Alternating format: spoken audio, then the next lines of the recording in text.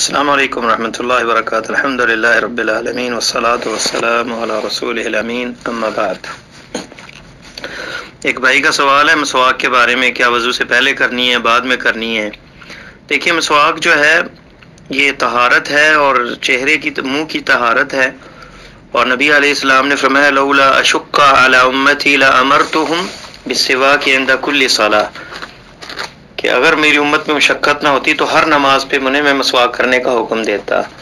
تو مسواک کا کوئی وقت متعین نہیں ہے، وضو سے پہلے بھی کر سکتے ہیں، وضو سے فارغ ہونے کے بعد بھی کر سکتے ہیں، اور نبی علیہ السلام کے گھر میں اکثر آپ کے پاس مسواک ہوتی ہے۔ عائشہ صدیقہ رضی اللہ تعالیٰ عنہ کہتی ہیں، ام المومنین رضی اللہ تعالیٰ عنہ، کہ جب آپ گھر میں آتے تو آپ کے پاس مسواک ہوتی، اور صبح جب اٹھتے آپ تو مسواک کرتے، وَيَشُوسُ فَاهُ، یہ لفظ ہے کہ زبان پہ مسواک کو رگڑتے، جس سے حلق کی بھی صفائی ہوتی ہے۔ آپ اگر زبان پہ مسواک کو رگڑیں گے تو بلغم نکلتی ہے اندر سے، جسم کے منہ کے رستے، گلا بھی صاف ہو جاتا ہے۔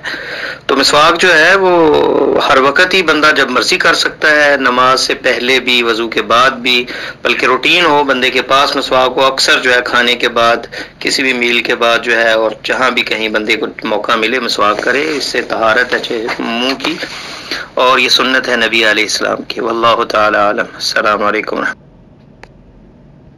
ورحمۃ اللہ وبرکاتہ۔